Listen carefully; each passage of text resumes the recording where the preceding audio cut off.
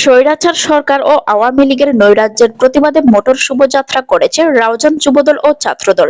রবিবার 10ই নভেম্বর বের করা শোভাযাত্রাটি রাউজানের বিভিন্ন সড়ক প্রদক্ষিণ করে মুন্সিরঘাটস্থ দলীয় কার্যালয়ের সামনে পথসভা করা হয়।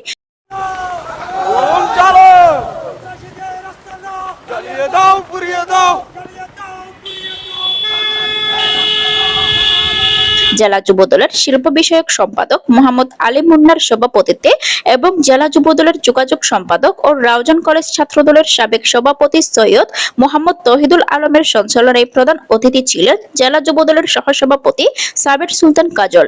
বিশেষ অতিথি ছিলেন জেলা যুবদলের মৎস্য বিষয়ক সম্পাদক নিজাম উদ্দিন সুজন। প্রধান বক্তা ছিলেন উত্তর জেলা ছাত্রদলের সাবেক সহ সম্পাদক রাসেল খান।